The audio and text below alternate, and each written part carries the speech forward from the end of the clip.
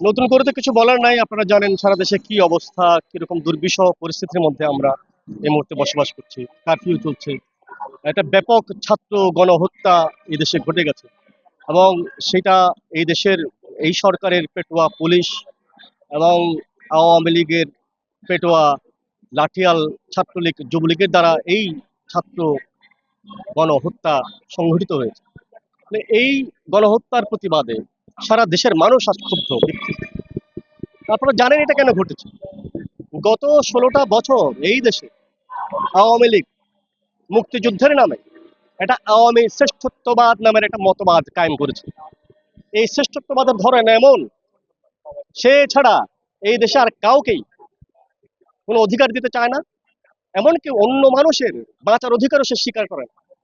ফলে তার বিরুদ্ধে কথা বললেই রাজাকার, জামাত শিবির এই ট্যাগ দেয়। ফলে এই গত 15-16 বছর এখানে কোনো আন্দোলনই দানা বাঁধার সুযোগ পায়নি। শুধু তার ভয় ভীতি, তার ট্যাগ দেয়া, এবং জামাত শিবির বললেই তাকে হত্যা করা যায়, তাকে মারা যায়, তার উপর দমন পীড়ন করা যায়।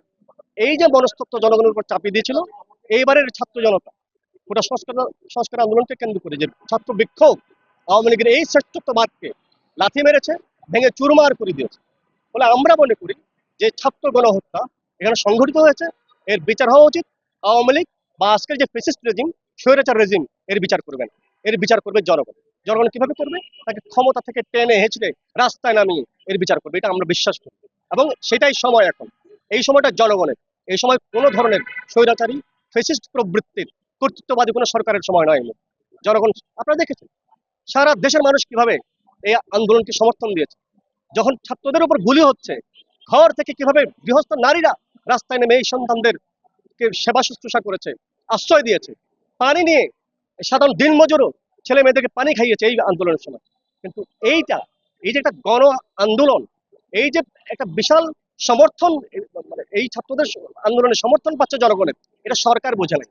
আমরা তো দেখতে পাচ্ছি এখন সরকার এতগুলো মানুষ মরেছে, তার জন্য কোনো শোক করছে না, তার সমবেদনা নাই, সহমর্মিতা নাই। তার সব উন্নয়নের যত যত স্মারক, মেট্রো রেলের খুঁটি ধরে কাটছে সরকার। এইটাই হচ্ছে এই নির্লজ্জ পরিহাস এই সরকার জনগণের সঙ্গে করেছে। শুধু আজকে করছে না, 16 বছর ধরে করেছে। এবং এই প্রথম জনগণ রুখে দাঁড়িয়েছে সেটাকে। সে আওয়ামী শ্রেষ্ঠত্ববাদকে, তার যে দম্ভ, তার যে কর্তৃত্ববাদী শাসনের বিশাল উল্লম্ফন যে চিত্র, সেটাকে ভেঙে দিয়েছে জনগণ। এবং এখনই সময় জনগণকে পথে নামার, সমস্ত কারফিউ ভেঙে পথে নামার সময় হয়েছে এখন। সরকার কারফিউ দিয়ে, গুলি চালিয়ে, আমরা শুনেছি গত কয়েকদিন ধরে গণগ্রেফতার হচ্ছে। শিক্ষার্থীদের মুঠোফোন চেক করে করে, মোবাইল ফোন চেক করে করে তাদেরকে গ্রেফতার করা হচ্ছে। শুধু গতকালকেই প্রথম আলোর খবর হয়েছে, মাত্র 2 দিনে, 3 দিনে বা 11 দিনেই 9,000 থেকে 10,000 মানুষকে গ্রেফতার করেছে। কাদেরকে গ্রেফতার করা হচ্ছে? এগুলো কি সব জামাত শিবির? সাধারণ মানুষকে গ্রেফতার করা হচ্ছে। জামাত শিবির তাদের একটা জুজু, জামাত শিবির তাদের একটা ধোঁয়া মাত্র। মানুষকে ডিমিন করবার জন্য, মানুষকে অপরাধী সাব্যস্ত করবার জন্য কেবল জামাত শিবিরের ধোয়া তুলছে। এই জামাত শিবির তো এই সরকারের সময় পৃষ্ঠপোষকতা পেয়েছে। এই জামাত শিবির তো এই সরকারের সময় নানাভাবে আশ্রয় প্রশ্রয় পেয়েছে সরকারেরই। ফলে জামাত শিবিরের ধোয়া তুলে সাধারণ জনগণকে ডিমিন করা, সেটাকে অপরাধী সাব্যস্ত করা কোনোভাবে এই সরকার পাবে না। এটা মাথা রাখবে। জনগণ দেখেছে, জনগণ এই সরকারের বিরুদ্ধে তার সমস্ত উচ্চারণ প্রকাশ করছে।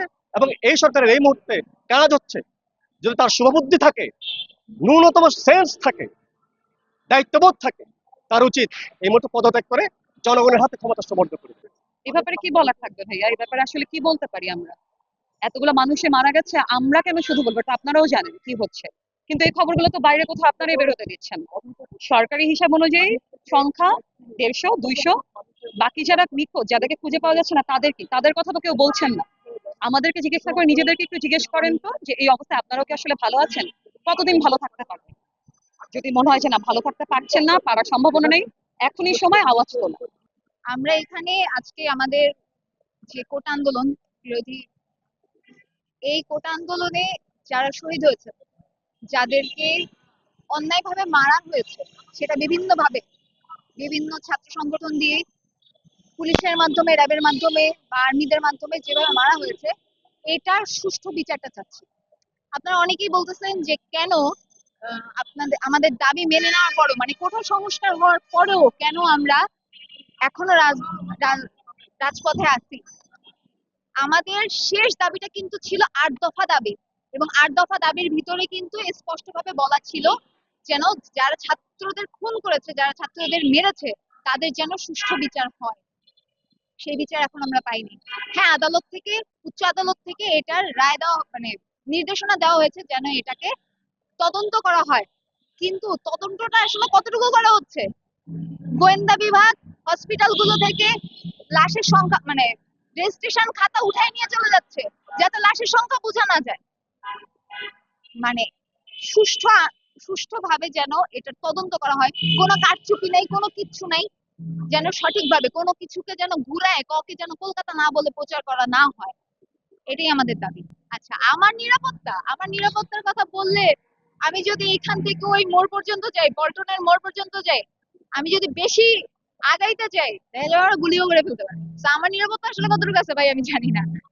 আর দেশের নিরাপত্তা যদি বলি, আপনারা হয়তো জানেন যে ওই বাচ্চাটার কথা, যে ছাদে খেলা করতেছিল, গুলি এসে মাথায় লেগে হসপিটালে নিয়ে যাওয়ার পর মারা গেছে।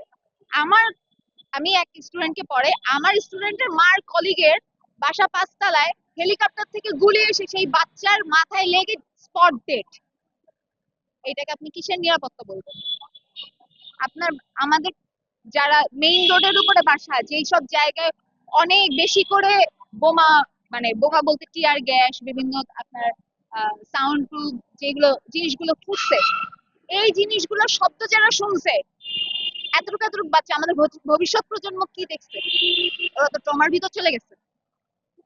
আপনি যদি এখন একটা নর্মাল বাচ্চাকে, এই যে যেসব জায়গায় আন্দোলন হয়েছে, এইসব আন্দোলনের জায়গায় যেসব বাচ্চারা আছে, এদেরকে যদি জিজ্ঞাসা করেন, ওরা ট্রমার ভিতর থাকে, ওরা রাস্তায় বের হইতে ভয় পায়। এইখানে বিভিন্ন বিতর্ক আছে। অনেকে বলতেছেন যে তাদেরকে জোরপূর্বক বিভিন্ন প্রেশারের মাধ্যমে তাদেরকে এটা স্বীকার করতে বাধ্য করা হয়েছে। আবার অনেকে বলতেছে যে এদেরকে আগে থেকে টাকা খাওয়ায় এই কাজটা করা হয়েছে। এবার কথা হলো, আসলে কি হয়েছে এইটা জানা দরকার। আমার ব্যক্তিগত মতামত যদি বলেন, আমি যেভাবে যাই বা আমার আশেপাশে যারা ছিল, তারা যেভাবে আন্দোলনটা করছে, তারা কোনো রাজনৈতিক দলের সাথে যুক্ত হয়ে বা রাজনৈতিক উন্নয়নে তারা কিন্তু এই কাজটা করে নাই। তারা গেছে কেন? যে আমার এটা প্রয়োজন, আমার এটা আসলেই প্রয়োজন, তাই আমি গেছি। কিন্তু যারা নেতৃস্থানীয় আছেন, মানে যারা এই জিনিসটাকে লিড দিয়েছেন, তারা অ্যাকচুয়ালি কি করছেন, এটা ভাই গবেষণা করতে হবে, এটা নিয়ে তদন্ত করতে হবে, তাহলে সঠিকটা বের হবে। কিন্তু প্রেসার ক্রিয়েট করে কোনো কিছু করা উচিত না বলে আমি মনে করি। আচ্ছা, মেট্রো রেলে আগুন ধরানো, তারপরে আপনার ডাটা সার্ভারে আগুন ধরানো, তারপরে বিটিভিতে আগুন ধরানো, তিতাসে আগুন ধরানো। আমাকে একটা কথা বলেন, আমি যদি ছাত্র হই বা আমি যদি আন্দোলন করি, আমি কি চাইবো যে আমার জিনিস কেউ না শুনুক? এটাকে আমি চাবো? অবশ্যই না। আমি কি চাবো আমার কথা সবাই শুনুক, আমার কথা সব দিক থেকে সবাই শুনুক।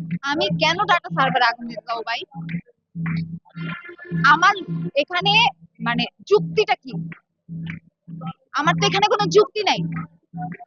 সেইভাবে বিটিভিতে আগুন দেওয়া, বিটিভিতে আগুন দিয়ে আমি কি করব? আমার দাবি হলো কোটা সংস্কার করা। আমার বিটিভিতে আগুন দিয়ে আমার কিছু আসবে যাবে না ভাই। বিটিভি আমারে খাওন দেয় না 2 বেলার, যে আমি তার ঘরে গিয়ে আগুন দিব। আর আপনার এই মেট্রো রেলের সিসিটিভি ক্যামেরার ফুটেজ তো দেখলাম, ইন্টারনেট বন্ধ ছিল, এখন দেখতেছি ফুটেজ, তো দেখতেছি ফুটেজের ভিতরে হেলমেট পরা কতগুলো ছেলে পেলে ঢুকে গেছে। হেলমেট কারা পরছে? কিসের সময়, কি বলে, আন্দোলনের সময় হেলমেট পয়রা, মাথায় হেলমেট পয়রা, হাতে লাঠি নিয়ে, পিস্তল নিয়ে কারা মারছে সবাই জানে। রাষ্ট্রীয় যে ব্যাপার স্যাপার গুলো বা রাষ্ট্রীয় যে মানে গণসম্পদ যেগুলো, এগুলোকে কিন্তু আমি নষ্ট করব না এবং করিও নাই। আপনি যদি খেয়াল করেন, এই আন্দোলনটা শুরু হয়েছে কিন্তু জুলাইয়ের 1ম থেকে, একদম 1 তারিখ থেকে শুরু হয়েছে। 1 তারিখ থেকে আপনার এই যে 17-18 তারিখ পর্যন্ত কোনো জ্বালাও পোড়াও ভাঙচুর ছিল না। 19 তারিখে কি এমন হয়ে গেল যে আমাদের ভাঙচুর করতে হবে? ওই তো 18 তারিখে কেন আমার এইসব ভাঙচুর করতে হবে? মানে কি এমন হয়ে গেল আমার যে আমার ডাটা সার্ভারে কি আগুন দিতে হবে? কোনো লজিক আছে এর ভেতরে? কোনো লজিক নেই। তাহলে এটা কে করতেছে? আচ্ছা, ডাটা সার্ভারে কারা আগুন দিয়েছে এটা তো ভাই মানে যখন আমরা করব, সরকারি ভাবে যখন এটা তদন্ত করা হবে তখন এটা জানা যাবে।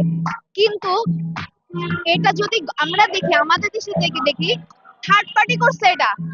এবার থার্ড পার্টিটা কারা, এটা ভাই বুঝে নিতে হবে। নাম বললে চাকরি থাকবে না, এরকম একটা ব্যাপার। সো কার এতে বেশি লাভ, পুরো জিনিসটাকে ঘুরায় কে এটাকে নিতে পারে, এটা আমাদের বুঝতে হবে। কারণ আমরাও তো, আমাদের মাথাতেও তো কিছু আছে, এটাকে কাজে লাগাতে হবে। সাধারণ মানুষকে এই জিনিসগুলো কাজে লাগায় আগাইতে হবে। আমরা প্রতিবাদ করছি, এটা তারা তাদের মতো কাজ করছে এবং কি করছে, রাষ্ট্রযন্ত্র যন্ত্র যদি সঠিক থাকতো তাহলে এই তদন্ত অনেক আগে হয়ে যেত, বিচার এত দীর্ঘ হতো না, এত দেরি হতো না। আমরা অনতিবিলম্বে প্রত্যেকটা হত্যার বিচার চাই। প্রত্যেকটা হত্যার আমাদেরকে এই সঠিক বিচারের আওতায় এনে আমাদের সামনে দাঁড় করাতে হবে, জনগণের সামনে দাঁড় করাতে হবে যে কেন এই হত্যাকাণ্ডগুলো ঘটানো হয়েছে। ছাত্রদের যৌক্তিক দাবি ছিল, এই যৌক্তিক দাবির বিপরীতে কেন তারা জীবন দিতে হলো। আমরা সংস্কৃতি কর্মীরা দাঁড়িয়েছি শুধু একটাই, আমাদের হাতে কোনো অস্ত্র নেই, আমাদের অস্ত্র একটাই শিল্প, আমাদের হাতে অস্ত্র একটাই সঙ্গীত, নাটক, আবৃত্তি, গান। আমাদের এইটুকুই কণ্ঠ, আমাদের এটাই অস্ত্র। আমরা এই দাবিটুকু আমরা রাখছি। আমরা একটা কথা বলতে চাই শুধু, এই ছাত্র আন্দোলন যৌক্তিক এবং ছাত্রদের হাতেই সবকিছু ছেড়ে দেওয়া উচিত আমরা মনে করি। না, 9টি দফার মধ্যে কোনো দফায় অযৌক্তিক আমার মনে হয় না। এবং প্রত্যেকটা দফায় ছাত্রদের কোনো দফায়, ছাত্রদের কোনো কাজ, ছাত্রদের কোনো কর্মসূচি কখনোই অযৌক্তিক ছিল না, এখনো নেই, ভবিষ্যতেও থাকবে না। এই বিশ্বাস আমাদের আছে।